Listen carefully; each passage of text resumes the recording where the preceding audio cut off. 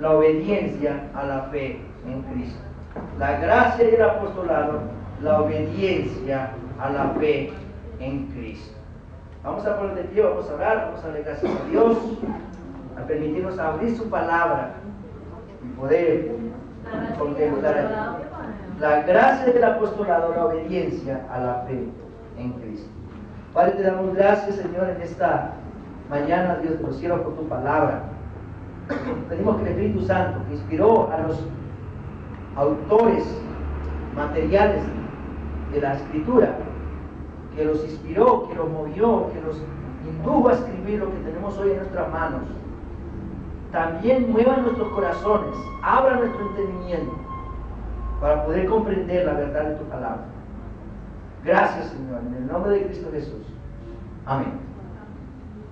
Muy bien, hermanos, hace 8 días considerábamos el primer versículo de la carta del apóstol Pablo a los romanos, en el cual Pablo se presenta a sí mismo como el autor de la carta y también se presenta como un siervo. Dice Pablo, siervo de quién? De Jesucristo. Decíamos hace 8 días que este es el título más alto que todo cristiano debe aspirar, porque somos siervos, o Cristo nos llamó para ser siervos. Cristo nos libró del pecado, Cristo nos libró de la condenación del pecado para que sirvamos a nuestro Señor. Veíamos también que el servicio de Pablo correspondía al llamado a ser apóstol. ¿Apóstol de quién? Apóstol de Jesucristo. Apóstol, apartado para el Evangelio de Dios. Apóstol. Y como el término apóstol significa enviado, entonces Pablo era un enviado de Cristo, apartado para el Evangelio de Dios.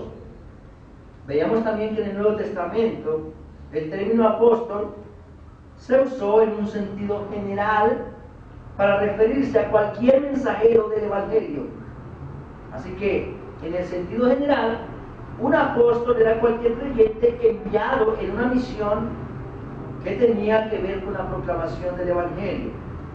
Por ejemplo, en sentido general, Bernabé, Epafrodito, Apolos, Silvano y Timoteo fueron llamados apóstoles. Y como la definición general de apóstol es enviado, estos hermanos eran enviados en representación de las iglesias.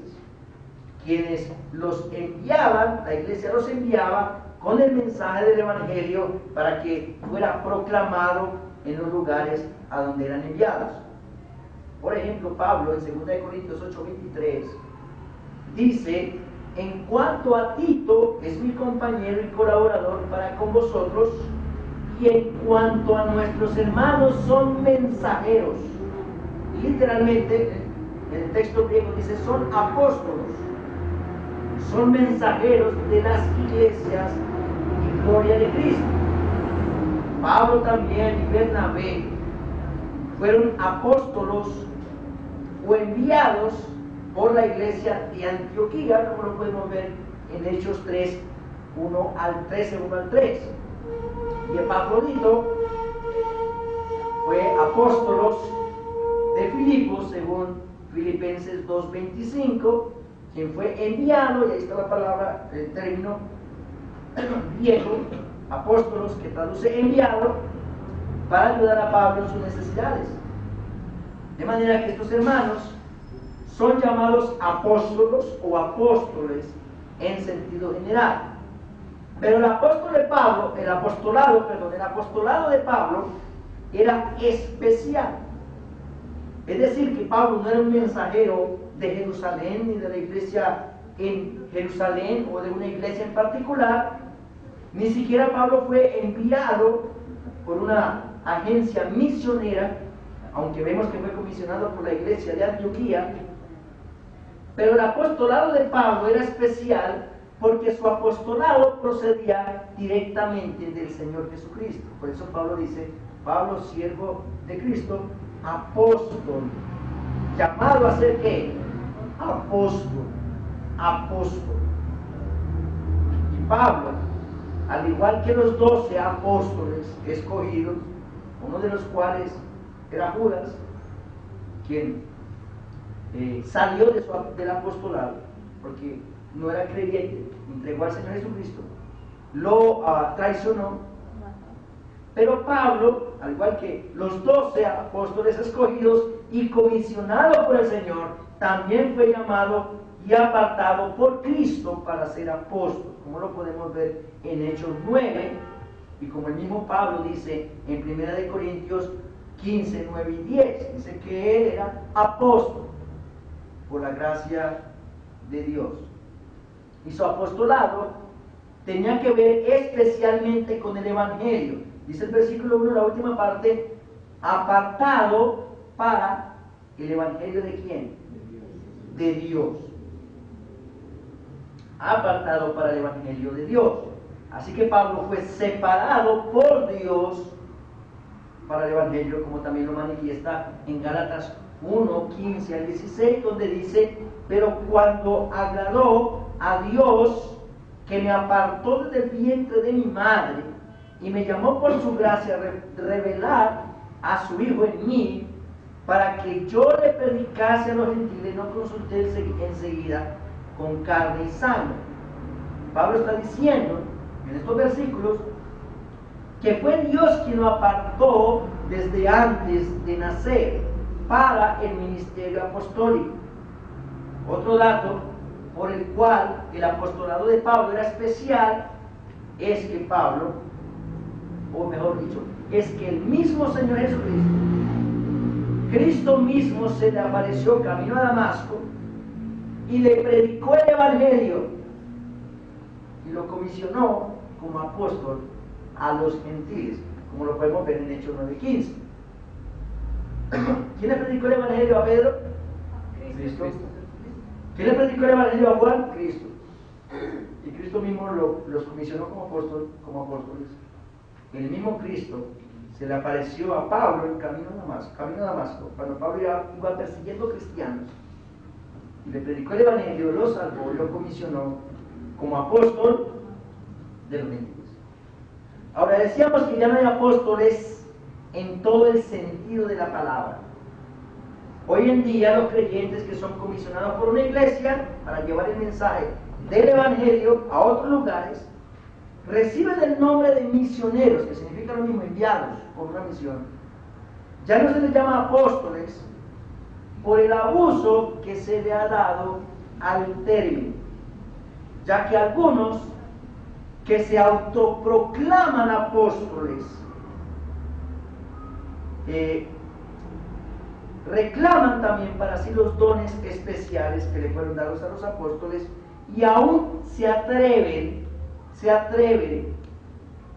a proclamar supuestas nuevas revelaciones que fueron propias de los apóstoles, como lo podemos ver en Efesios 2:20.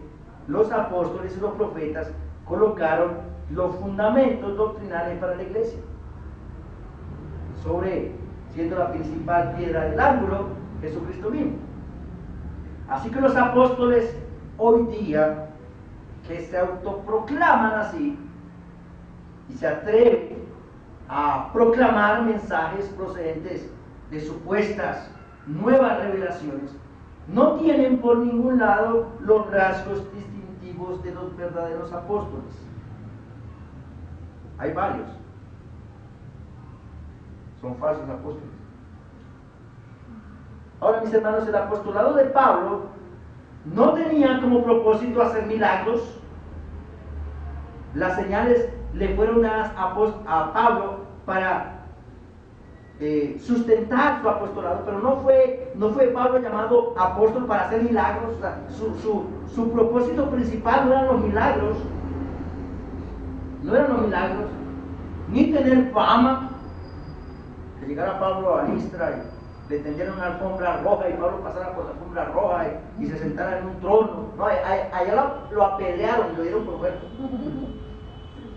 No fue ese el propósito, sino que el propósito principal por el cual Pablo fue llamado apóstol fue el Evangelio de Dios. Y algo que resalta la importancia, mis hermanos, en este versículo, en el versículo 1, apartado para el Evangelio de Dios, es que el Evangelio para el que Pablo fue llamado apóstol y apartado es de quién? De Dios. No era un mensaje personal de Pablo, no era algo que Pablo se inventó, y mucho menos era un mensaje que Pablo podía alterar o cambiar, porque es el Evangelio de Dios. Y yo creo que entendamos, mis hermanos, la razón por la cual Pablo resalta que es el Evangelio de Dios. Y es necesario, mis hermanos, que nosotros entendamos por qué Pablo dice que fue apartado para el Evangelio de Dios. Nosotros tenemos que entender que el término evangelio, o la palabra evangelio, inicialmente no tuvo una connotación religiosa. De hecho, mis hermanos, la palabra evangelio es una palabra compuesta que significa buena noticia, y que generalmente en el tiempo del Señor consistía en una buena noticia referente a una victoria que beneficiaba a toda una comunidad o a una nación.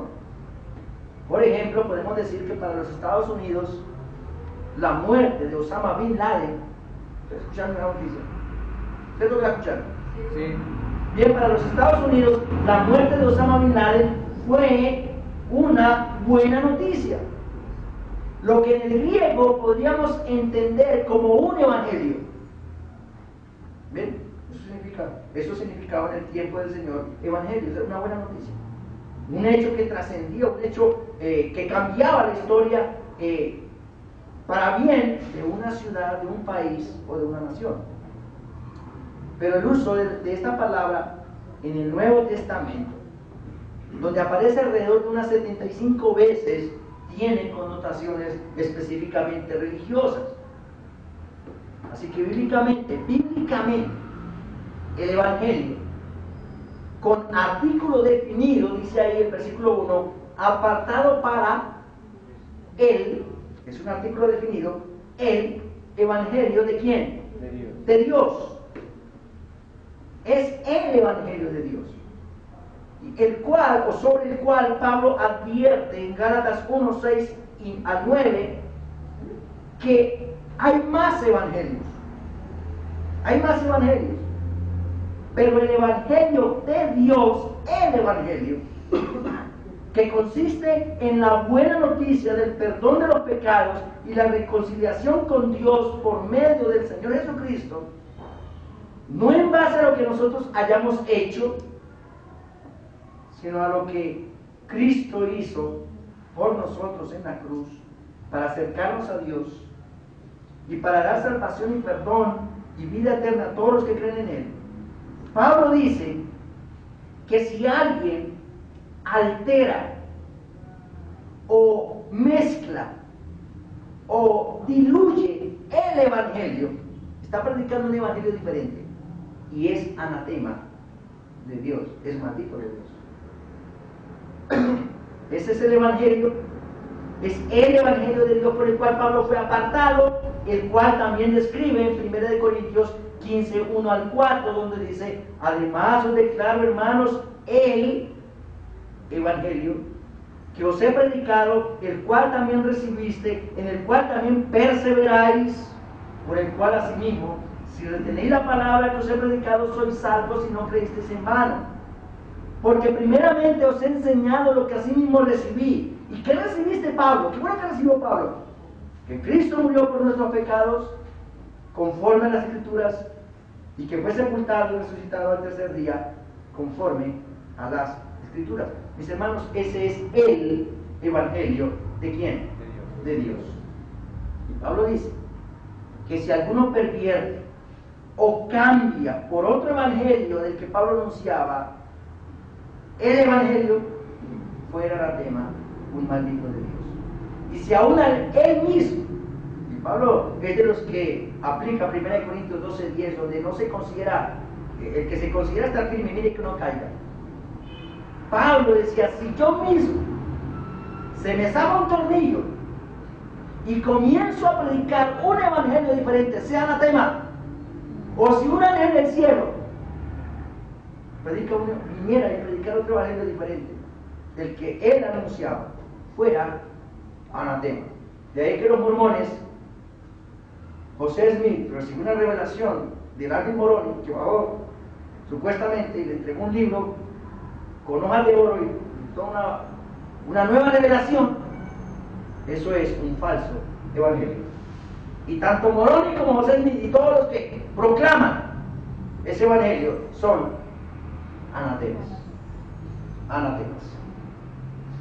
Así que Pablo, mis hermanos, quiere dejar bien claro que él había sido apartado para el evangelio de Dios.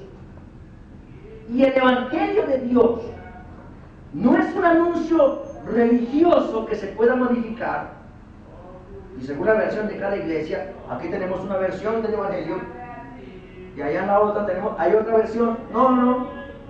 Es el evangelio que no se puede modificar, no se puede modificar ni diluir, porque cualquier modificación que se le haga al evangelio lo convierte en un evangelio común. Hay una diferencia entre un y él. El artículo 1 es un artículo indefinido. Pongamos un ejemplo. Yo digo un perro. ¿Qué estoy diciendo? Que hay varios perros. Que puede ser cualquier perro, ¿cierto? Pero si yo digo el perro, Concreto. estoy diciendo es uno en particular, no hay otro. Lo mismo. Hay una diferencia entre un evangelio y cualquiera que entra en ese grupo de un evangelio. Es un evangelio falso y los que lo proclaman son malditos de Dios. Y el evangelio de Dios. ¿Sí ven la diferencia? El artículo definido, el evangelio de Dios. El evangelio. Pablo quiere dejar bien claro que el evangelio no se debe o no se puede modificar, porque es la expresión misma de la voluntad de Dios, que hizo todo lo correspondiente para la salvación de los hombres por medio de su Hijo, el Señor Jesucristo. De manera que el evangelio procede ¿de quién? De Dios, y es puesto en manos de los que son enviados. Y ninguno de los enviados puede cambiar, modificar o diluir el evangelio. Mis hermanos, no importa cuán atractivo, hay muchos que hacen más énfasis en los métodos y piensan que los métodos son los que pueden cambiar vidas. Mis hermanos, si nosotros ofrecemos un asado, ponemos aquí un aviso en la esquina: servicio 9 de la mañana con asado, yo les aseguro que vamos a tener lleno aquí el servicio. Vamos a decir, todo el mundo se convirtió por el asado. No es el asado, no son los juegos, no son las películas, es el evangelio de Dios. Es el evangelio de Dios. Es el evangelio de Dios. Mis hermanos, ¿por qué Pablo aclara esto? Bueno, porque en otras de sus cartas, por ejemplo, en 1 Corintios 1:18, Pablo advierte que el contenido del evangelio, el cual es la palabra de la cruz, es locura a los que le entienden. Eso quiere decir que Pablo y nosotros, mis hermanos, llevamos en nuestras manos un mensaje que no es atractivo, un mensaje que va a ser menospreciado por la mayoría de las personas, pero los que se salvan, esto es poder de Dios. Ese es el evangelio de Dios, y el cual nosotros no podemos diluir, ni podemos darle más importancia a los métodos que al evangelio de Dios. De manera que Pablo fue llamado por Dios a predicar el evangelio de Dios, el cual por ningún motivo podía alterar, modificar. Ahora, Pablo también dice que el Evangelio no es algo nuevo, sino es algo que fue prometido por Dios en el Antiguo Testamento. Versículo 2. Que Él había prometido antes por sus profetas en las Santas Escrituras. ¿Quién prometió? Dios. ¿Y qué fue lo que prometió? El Evangelio. Así que el Evangelio no es algo nuevo, sino es algo que Dios anunció de antemano. ¿Dónde? En las Escrituras. Una pregunta, mis hermanos. 1.000.000 de bendiciones. ¿A qué escrituras se refiere Pablo cuando él dice que Dios prometió el Evangelio en la Escritura? ¿A cuáles escrituras se refiere? Al Antiguo Testamento. Al Antiguo Testamento. Mis hermanos, Dios anunció de antemano la vida, muerte, sepultura y resurrección de Cristo a lo largo ¿de qué? Del Antiguo Testamento. Mis hermanos, de manera que la Biblia contiene ¿qué cosa? El Evangelio. La Biblia es el Evangelio. La Biblia es el Evangelio. Y la primera mención del Evangelio que nosotros encontramos en el Antiguo Testamento, ¿dónde está? Génesis 3:15. Después de la caída del hombre, de Adán y Eva. Allí Dios le promete al hombre que de la simiente de la mujer, al hombre y la mujer, que de la simiente de la mujer iba a venir un redentor que acabaría ¿con quién? Con la simiente de la serpiente. Y así progresivamente, a través de todo el Antiguo Testamento, nosotros podemos ver cómo Dios promete la venida de un Salvador, pero también desarrolla el plan para cumplir las promesas del Evangelio. De manera, mis hermanos, que el Evangelio no es algo nuevo, sino es algo que Dios ha prometido en el Antiguo Testamento. ¿Por medio de quién? Es el versículo 2. Que Él había prometido antes. ¿Por quiénes? Sus profetas en las Santas Escrituras. Los profetas fueron aquellos hombres que hablaron acerca de Dios para comunicar a los hombres, especialmente al pueblo de Israel, y que Dios usó por medio de su Espíritu para guiarnos a escribir lo que tenemos hoy en nuestras manos y que conocemos como el Antiguo Testamento. Aquí tenemos las promesas de Dios con respecto a su Evangelio. Así que, mis hermanos, meditemos. La Biblia contiene el Evangelio. Y el Evangelio trata de un Salvador. ¿Quién es ese Salvador? Cristo, el Señor Jesucristo. Así que el Antiguo Testamento revela a quién? A Cristo. Ahora, cuando Pablo predicaba, sigamos pensando, sigamos meditando, cuando Pablo predicaba el Evangelio, él no lo hizo a partir de Juan 3:16. Todos sabemos Juan 3:16. ¿Y saben por qué Pablo no predicó el Evangelio a partir de Juan 3:16?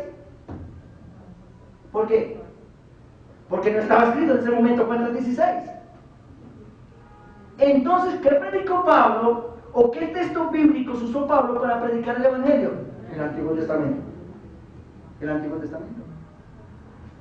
Dice Hechos 17:1-3 que cuando Pablo llegó a Tesalónica, hizo como de costumbre, fue primero a los judíos y por 3 días de reposo, es decir, 3 sábados, discutió con ellos declarando o explicándoles por medio de las Escrituras que era necesario que Cristo padeciese y resucitase de los muertos y que Jesús, al que él proclamaba, era el Cristo. Ahora, ¿a qué Escritura se refiere Lucas cuando dice que Pablo les explicaba por medio de las Escrituras? ¿A cuál Escritura? Al Antiguo Testamento. Así que, mis hermanos, el Antiguo Testamento y el Nuevo Testamento no son dos libros diferentes el uno del otro, sino que tanto el Antiguo como el Nuevo Testamento son esenciales para que nosotros comprendamos el plan de Dios. Los dos son necesarios porque el Antiguo Testamento se cumple ¿en quién? En el Nuevo Testamento. Y no son dos historias que se desconectan la una de la otra, sino que es una sola historia. Y el Nuevo no solamente es la continuación del Antiguo, sino que es el cumplimiento del Antiguo Testamento. El Señor Jesucristo, para explicarle a sus discípulos que iban camino a Maús, recuerdan la historia, el Señor resucitó, iban dos camino a Maús, una aldea que quedaba más o menos a unos 6 kilómetros de Jerusalén. Iban camino a Maús estos dos discípulos, y el Señor está al encuentro. Y en Lucas 24, 25 al 27, dice que Cristo le preguntó, oye, ¿qué platican? ¿Qué cosas platican? Le dice, mira, tú no sabes, tú eres el único que no sabes. De Jesús, Nazareno, varón, y no sé qué, y comienzan a decir la historia. Y dice Lucas 24, 25 al 27, que Cristo, ellos no sabían que era Cristo porque tenían sus ojos velados, no podían ver que era Cristo. Pero dice que Cristo, comenzando desde Moisés y siguiendo por todos los profetas, les declaraba, les explicaba en todas las escrituras lo que de él decía. ¿Y cuáles fueron esas escrituras que usó el Señor? Cuando dice que comenzando desde Moisés, ahora Moisés se refiere al Pentateuco, los 5 primeros libros del Antiguo Testamento, conocidos como la ley. Y comenzando desde Moisés y por todos los profetas, ¿a qué se está refiriendo? Al Antiguo Testamento. Al Antiguo Testamento que habla de Cristo y del Evangelio. Mis hermanos, toda la escritura es inspirada por Dios, porque la Biblia es el discurso de Dios y el Nuevo Testamento es el cumplimiento del Antiguo Testamento. Es por eso que Pablo dice que Dios prometió su Evangelio en el Antiguo Testamento. ¿Y cuál es el personaje más importante del Antiguo Testamento? Mis hermanos, no es Israel. No es Israel. Entonces, ¿cuál es? El personaje más importante y en quien se centran las promesas es Cristo. Dice en los versículos 3 y 4, acerca de su Hijo, leamos de a partir del 2, que Él había prometido antes por sus profetas en las Santas Escrituras, ¿acerca de quién? De su Hijo, nuestro Señor Jesucristo, que era del linaje de David según la carne, que fue declarado Hijo de Dios con poder, según el Espíritu de santidad por la resurrección de entre los muertos. Mis hermanos, el Evangelio de Dios, el cual Dios prometió en el Antiguo Testamento por medio de sus profetas, tratan del Hijo de Dios. Y la prueba bíblica de que el personaje principal del Antiguo Testamento no es Israel es, por ejemplo, Romanos 1, 2 y 3. Mis hermanos, el Antiguo Testamento es la historia de redención que iba a ser ejecutada por el Redentor y que tiene su cumplimiento en Cristo, el Hijo de Dios, quien por determinación del Padre, para dar cumplimiento al plan redentor de Dios prometido en las Escrituras del Antiguo Testamento, asumió la naturaleza humana. Dice el versículo 3, acerca de su Hijo, nuestro Señor Jesucristo, que era del linaje de David según la carne. Es decir, mis hermanos, que todo lo que Dios prometió en las Escrituras del Antiguo Testamento tienen que ver ¿con quién? Con su Hijo, con el Señor Jesucristo. Y la expresión su Hijo, acerca de su Hijo, enfatiza la filiación divina y exclusiva que tiene el Hijo con el Padre. Es decir, la filiación eterna y divina que tienen Dios el Padre y el Señor Jesucristo. Mis hermanos, nosotros debemos de tener claro que el Antiguo Testamento no promete bendiciones para hoy día, como algunos dicen, se paran en Génesis 2, 1 en adelante, dice lo que pisaras la planta de tu pie será tuyo. No. Eso no tiene nada que ver. Eso es malversar la Biblia. Mis hermanos, el Antiguo Testamento tampoco promete a un hombre únicamente, ni el mensaje del Evangelio se proclama o proclama solamente a un hombre, sino al Hijo de Dios. El Evangelio proclama que Cristo es el Hijo eterno de Dios y que también es Dios. Que Cristo es el unigénito, y esa palabra unigénito significa único en su clase, que está en el seno del Padre, en una unión eterna con el Padre eterno y que posee la misma naturaleza del Padre. De manera, mis hermanos, que todo el desarrollo del Antiguo Testamento, según el plan de Dios, presten atención en esto, todo el desarrollo del Antiguo Testamento, según el plan de Dios, donde Dios escogió a Abraham y le prometió descendencia, y que de esa descendencia vendría una nación que iba a ser tan numerosa como la arena del mar, y que en su simiente serían benditas todas las familias de la tierra, y que esa promesa a lo largo del Antiguo Testamento incluyó a Isaac y luego a Jacob, después a los 12 hijos de Jacob que conformaron la nación de Israel, y de esas 12 tribus Dios escoge a Judá, de la cual vino David, que fue el rey de Israel, quien recibió la promesa de un hijo a quien Dios afirmaría en su trono para siempre. Y ojo, ese no fue Salomón, porque Salomón fue uno más de los instrumentos de Dios para que en el tiempo establecido por Dios y del linaje de David viniera como hombre. ¿Quién? Nuestro Señor Jesucristo. Por eso dice el versículo 3 acerca de su Hijo nuestro Señor Jesucristo, que era del linaje de David según la carne. Y mis hermanos, yo quiero hacer un paréntesis. Para decir, para reafirmar que el personaje más importante del Antiguo Testamento es ¿quién? Cristo. Que es en Él en quien se centran las promesas del Antiguo Testamento, donde el Evangelio es prometido. Por tanto, mis hermanos, presten atención, todas las enseñanzas del Antiguo Testamento deberían conducirnos a Cristo y al Evangelio. Por ejemplo, cuando se enseña de David o de cualquier personaje importante del Antiguo Testamento, debemos enfatizar no en el personaje,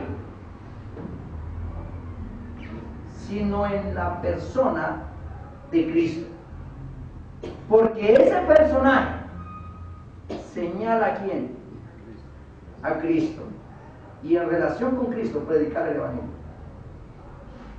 Yo comencé a predicar de David cogió una piedra y ¿qué fuerza tenía David? Ese David tenía una puntería. Ese David fue muy precavido, tomó 5 piedras. ¿A quién estoy predicando?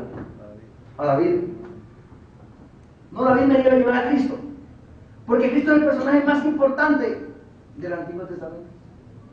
Y todos estos personajes, David, Samson, Moisés, Isaías, importantes, señalan a quién, a Cristo. Ellos dirían como el ángel cuando Juan fue a arrodillarse: no, a mí no, a Cristo, porque yo estoy mostrando a Cristo. Porque todo el Antiguo Testamento es las promesas que se centran en Cristo. Porque todo el Antiguo Testamento muestra el plan de Dios para traer a Cristo, nuestro Salvador y nuestro Señor. Y que todos esos personajes importantes del Antiguo Testamento fueron instrumentos de Dios para desarrollar su plan en el Nuevo Testamento. Así que, mis hermanos, si nosotros enseñamos algo del Antiguo Testamento y no aparece Cristo ni el Evangelio por ninguna parte de la enseñanza, nosotros debemos mirar en qué estamos fallando. Porque cada personaje sobresaliente en el Antiguo Testamento apunta a Cristo y al Evangelio. Y Pablo nos dice que Cristo vino en su humanidad del linaje de ¿quién? De David. El cumplimiento de la promesa dada a David en 2 de Samuel 7:16 fue cumplida cuando Cristo nació de María, una virgen que pertenecía a la familia de David, según Lucas 3:23, la genealogía que da Lucas ahí, la cual estaba comprometida para matrimonio con José, como lo vemos en Lucas 1:27, que también pertenecía a la familia de ¿quién? De David. Todo esto para comprobar que Cristo es la promesa cumplida, la cual se promete, valga la redundancia, en el Antiguo Testamento. De manera que Cristo vino como hombre de la descendencia de David, pero Él no era solo un hombre. Él no era solo un hombre. Porque Cristo manifestó por medio de su resurrección ser el Hijo de Dios con poder. Versículo 4. Que fue declarado Hijo de Dios con poder según el Espíritu de Santidad por la resurrección de entre los muertos. Ahora, mis hermanos, al observar el verbo declarar aquí, vemos que está conjugado en tiempo ¿qué? Pasado. Lo que nos manifiesta lo siguiente: que por determinación de Dios, para llevar a cabo o para dar cumplimiento al Evangelio prometido en el Antiguo Testamento, Cristo fue declarado, determinado o designado desde la eternidad por el Padre para ser Hijo de Dios con poder, el Hijo de Dios con poder, para venir en su humanidad, para hacerse hombre y llevar a cabo la redención, haciendo posible que Dios mismo muriera en nuestro lugar y fuera exaltado con poder por la resurrección de entre los muertos. Así que, mis hermanos, la resurrección de Cristo, decretada por Dios desde la eternidad, fue el paso final y determinante que exaltó a Cristo hasta lo sumo, y para que la obra de salvación fuera completamente consumada. 1 Corintios 15:19 dice que si Cristo no hubiera resucitado, seremos lo más dignos de lástima. Pero Cristo resucitó, y la resurrección de Cristo es el acto determinante que prueba que Cristo es Dios y que Él es nuestro Salvador, que la salvación fue completa en Cristo. Dice el versículo 4, Romanos 1:4, que fue declarado Hijo de Dios con poder según el Espíritu de Santidad por la resurrección de entre los muertos. Y vemos que la resurrección de Cristo, mis hermanos, fue la confirmación de lo que Dios declaró desde la eternidad. Pero la pregunta es, ¿quién resucitó a Cristo? ¿Quién resucitó a Cristo? Miren, dice, según el Espíritu de ¿qué?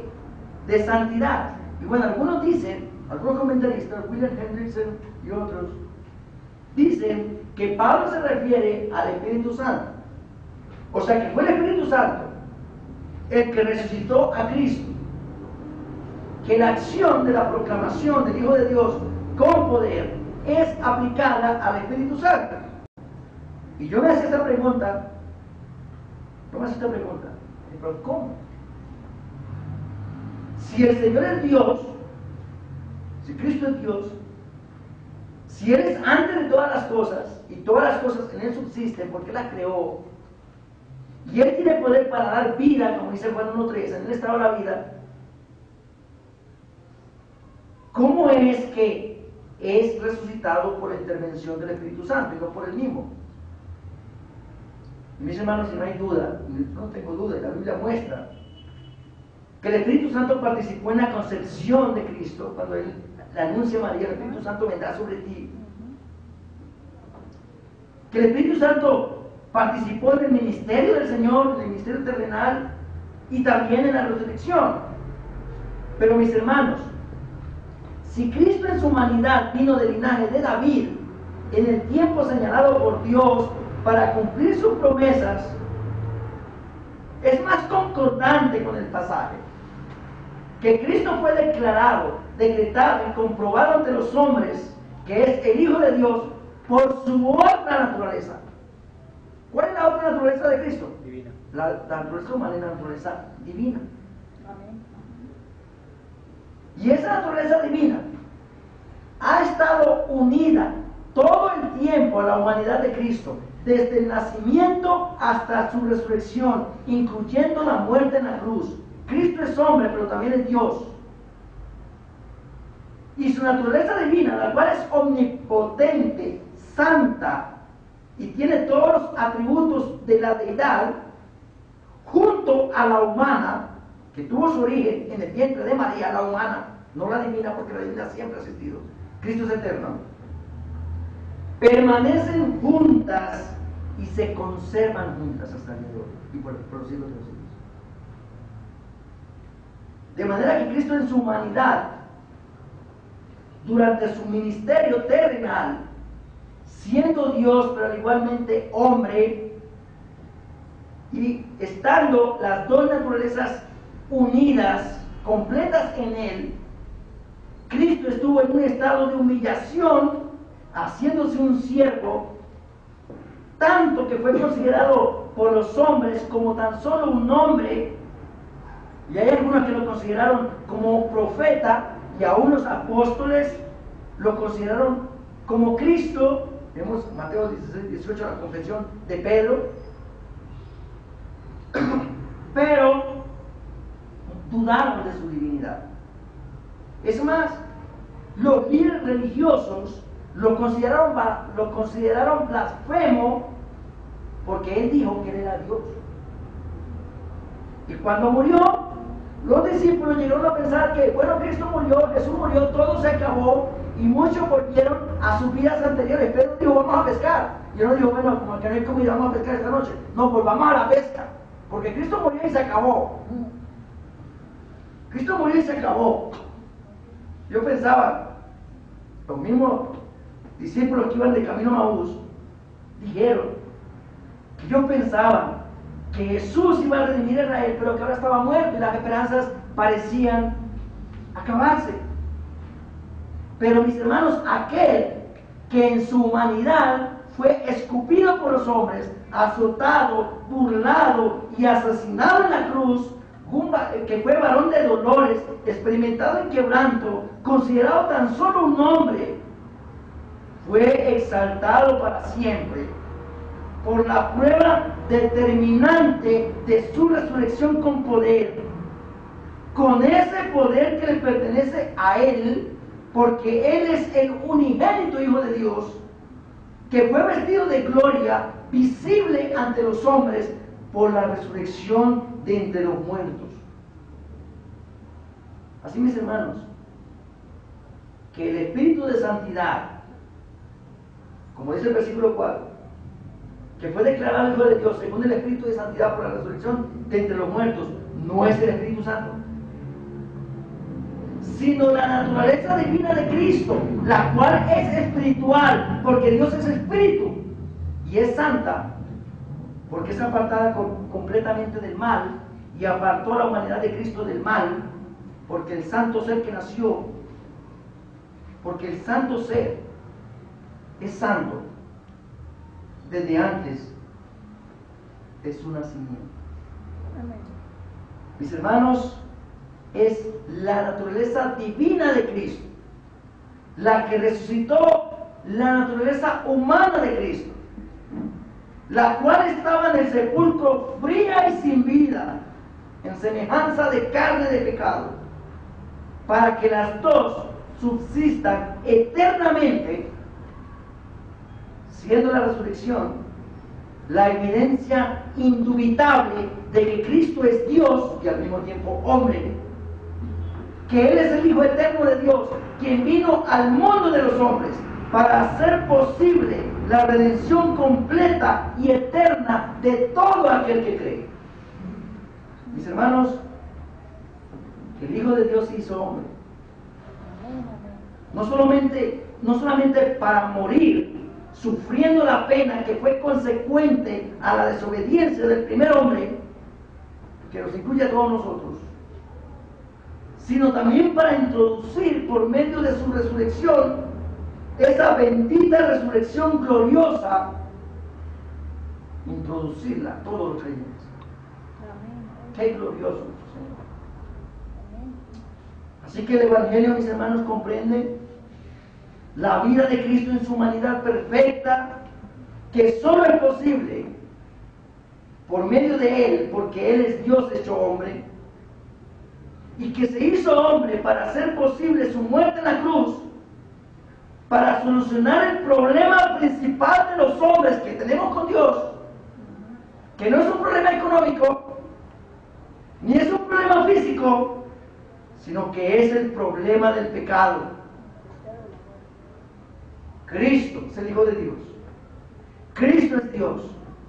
Y su naturaleza divina resucitó a su naturaleza humana para manifestar al mundo que Él es Dios y que es poderoso para dar vida a todos los que creen en Él. Amén.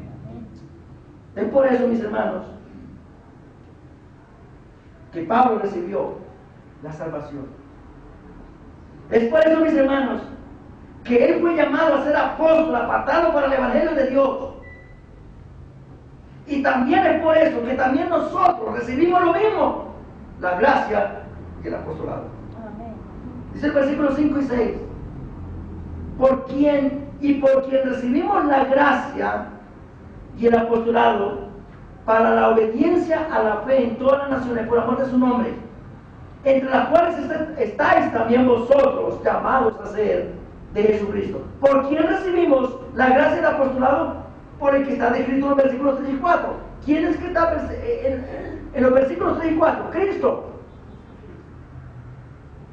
que nos salvó y nos da la gracia. Nos da la gracia. ¿Y qué es la gracia, mis hermanos?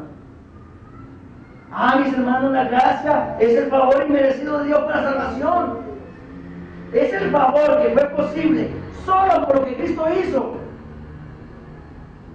Y esa gracia la recibimos cuando escuchamos el Evangelio. Y es la gracia la que nos capacita para que nos arrepintamos y creamos en Cristo. Pero además es la gracia. Es la gracia la que nos da la capacidad para el desarrollo de nuestra vida espiritual. Y el agente operativo de la gracia está en nosotros. Y es el Espíritu Santo que mora en cada uno de nosotros. Y junto con la gracia, nosotros decimos, bueno, soy salvo, qué bueno, voy para el cielo, ya no voy para el infierno. ¡Qué chévere! Lo que le adiciona la prosperidad, más chévere. Porque aparte de que voy a ser para el cielo, voy a ser rico en esta tierra. No.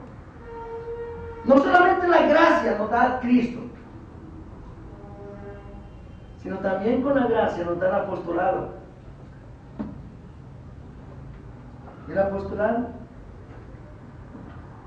¿Y qué significa el apostolado? Que yo soy apóstol. Entonces cuando un hermano me llama la atención y dice, mira, ¿tú no sabes quién soy yo? Te estás metiendo con un apóstol. No.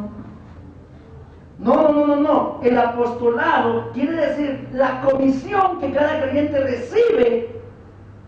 Y esa comisión tiene que ver con llevar el evangelio. Amén. Con predicar el evangelio. Así que mis hermanos, Dios nos salvó por gracia, nos dotó con su gracia para que desarrollemos la labor de predicar el evangelio. Mis hermanos, la provisión de la gracia no solamente es para salvación. Si eso fuera así, bueno, tú te salvas y te llevo para el cielo de una vez, rico seríamos. Ya no tendríamos luchas en este mundo, no tenemos problemas, no sufriríamos persecución, no nos rechazarían nuestros familiares, nuestros amigos, nada pasaría, nos llevaría el Señor y listo, chao. Pero ¿por qué el Señor nos deja aquí? Para que hagamos la labor del apostolado, para que predicamos el evangelio, para que seamos sus mensajeros, enviados con el mensaje que Dios usa para impartir gracia salvadora a otros. ¿Y cuál es ese mensaje? Versículo 16. El evangelio, el poder de Dios para salvación a todo aquel que cree. Es el evangelio. Así que todo creyente salvo que ha recibido la gracia es un enviado del Señor. ¿A dónde? Al mundo. Así que si tú has sido llamado, hermano, si tú has sido, salvado, si tú has sido llamado para beneficiarte con la gracia de Dios, recibiendo el regalo de la salvación, debes. Esto no es una opción, debes. ¿Y entiendes qué es eso? Debes, es el deber. Debes, en obediencia a la fe. Es decir, al Señor Jesucristo a quien creíste o a quien tú dices creer, debes desarrollar el ministerio de predicar el evangelio. No es una opción, porque la fe se manifiesta en la obediencia. ¿Para qué? Dice el versículo 5, la segunda parte. Para la obediencia y la fe en todas las naciones por amor de su nombre. Es decir, mis hermanos, que para lo que hemos escuchado el evangelio, obedezcamos el mandato de predicar. Y para que el evangelio, el mensaje que debe ser creído por fe, sea obedecido en todas las naciones. Amén. Mis hermanos, el evangelio no es un mensaje que contiene un juego. No es algo que se impone a otros. Hoy en día estamos en la moda de que tú no puedes imponer tu religión. Entonces no voy a hablar de Cristo porque le estoy imponiendo la religión y me va a acusar. Hoy no podemos hablarle del evangelio a una persona del grupo del LGTB, con todo respeto si hay alguien acá. Porque necesariamente hablando del evangelio le vamos a hablar del pecado, se va a sentir juzgado y puede ir a los entes de justicia para ponernos una demanda por intransigencia y por discriminación. Entonces no prediquemos el evangelio. No, mis hermanos. El evangelio no es algo que se impone a otros. El evangelio es el mensaje que Dios ha establecido para los que crean, para que los que crean en él sean librados de la condenación eterna por medio de Cristo. Y para que se sometan a Dios plenamente convencidos en la bendita persona de Cristo. Voy a ponerles un ejemplo. ¿Algunos han viajado en avión? Bueno, yo sí una vez. Y uno cuando se sube al avión y el avión lo prende, cuando el avión va a arrancar, le dicen a uno, la azafata, bueno, pongan los cinturones, vamos a elevar. Ahí le están diciendo, oiga, le rogamos que se ponga el cinturón si quiere. O le estamos dando un consejo. O le estamos imponiendo que tiene que colocarse el cinturón. No, es para su beneficio. Usted tiene que colocarse el cinturón porque es para su beneficio. Es lo mismo con el evangelio. No es algo que estamos imponiendo. No es algo que no tengamos que hablar porque se van a sentir discriminados o se van a sentir ofendidos. No, mis hermanos.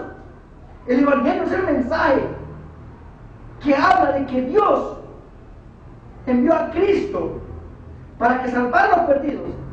Y es el único mensaje que el hombre debe creer para que reciba la salvación. Amén. Es el único. para una obediencia impulsada por amor de su nombre, como dice 2 Corintios 5, 14 y 15. Es un versículo que muchos conocemos, pero que no aplicamos a nuestra vida. El amor de Cristo nos constriñe, nos debe llevar a pensar que si Cristo murió porque nos amó para darnos vida, entonces nosotros debemos ser motivados por su amor para obedecer su llamado y llevar el mensaje a los perdidos, para que estos que crean obedezcan a la fe, movidos por el amor de Cristo. Mis hermanos, el Evangelio es el mensaje de Dios, planeado en la mente de Dios desde la eternidad, cumplido y ejecutado en la persona de Cristo. Y es por medio del Evangelio que nosotros recibimos la salvación, pero también es por medio del Evangelio que nosotros recibimos el llamado a ser de Cristo y a obedecer a Cristo en la predicación del apostolado, del Evangelio. Recibiendo del mismo Cristo la gracia y el apostolado. Así que si Dios te ha llamado, mi hermano, si Dios te ha llamado y te ha salvado, ten en cuenta que no es algo que tú hiciste, sino por lo que Cristo hizo. Y si tú has creído el Evangelio y te has beneficiado de él, debes obedecer a la fe, manifestando esa fe al mundo. Tú no puedes recibir la gracia sin el apostolado, porque la gracia y el apostolado vienen juntos en el mismo paquete. El mismo que por amor a ti se hizo hombre para tomar tu lugar en la cruz, para salvarte, es el mismo que te llama a que obedezcas el apostolado por amor a él. Y termino con una pregunta de reflexión. ¿Cómo respondes a su amor? ¿Sientes la necesidad de reunirte con tus hermanos a orar por los perdidos? ¿Sientes la necesidad de venir a la iglesia para salir a predicar con los hermanos cuando nos reunimos a las salidas evangelísticas? ¿O tienes otras cosas mejores que hacer? Y déjame decirte que si tienes otras cosas mejores que hacer, ahora yo no estoy diciendo, hay cosas que tú no puedes venir, listo, tú tienes un compromiso laboral, tienes una limitación física, listo, Dios sabe, tú no puedes venir. Pero si no tienes nada de eso, si para ti es más importante ver la Champions, si para ti es más importante quedarte escuchando música, o para ti es más importante dormir, mis hermanos, déjame mostrarte algo. Esas cosas solo manifiestan amor por ti mismo y obediencia a ti mismo que al Señor. Déjame decirte eso, con todo amor y con todo respeto. Porque si recibimos la gracia, también recibimos el apostolado. También recibimos el apostolado. Y es mi oración, mis hermanos, que el Señor nos ayude por su gracia, que nos ayude a comprender que no hay otra cosa más importante que predicar el Evangelio en respuesta a la fe que decimos tener. No hay otra cosa más importante. Así que, mis hermanos, yo los invito, y una cuña ya para terminar. El 9 de julio tenemos evangelismo. Oramos, y en oración que lleguemos aquí a las 2 de la tarde, nos postremos aquí, a clamarle a Dios, a orarle al Señor, para que Él abra los corazones de aquellos que están perdidos allá afuera, para que el Evangelio quite el pelo que Satanás ha puesto en ellos y los traiga a la luz de Cristo. Los invito, mis hermanos. Porque es la gracia del apostolado que Dios nos ha dado para que manifestemos la obediencia a la fe. Vamos a ver. Padre, te damos gracias, Señor, en esta tarde, en esta mañana, Señor, por este tiempo, bendito Dios. Gracias por todo lo que vemos en tu palabra, cómo tú desarrollaste ese plan. Un plan engendrado en la eternidad. Cristo, Dios eterno, vino en el tiempo determinado por Dios para hacerse uno como nosotros, ser rechazado, azotado, crucificado en nuestro lugar, pero resucitado con poder para manifestar que Él es el Hijo de Dios, que Él es Dios, que Él es el objeto de nuestra fe. Pero también, Señor, ayúdanos a comprender que la gracia viene con el apostolado. Señor, somos enviados a predicar el Evangelio. Por tanto, ir y hacer discípulos, Señor.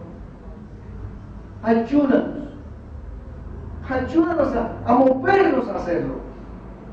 Ayúdanos, Señor, te lo pedimos. Gracias te damos, Señor, por tu palabra. En el nombre de Cristo Jesús. Amén.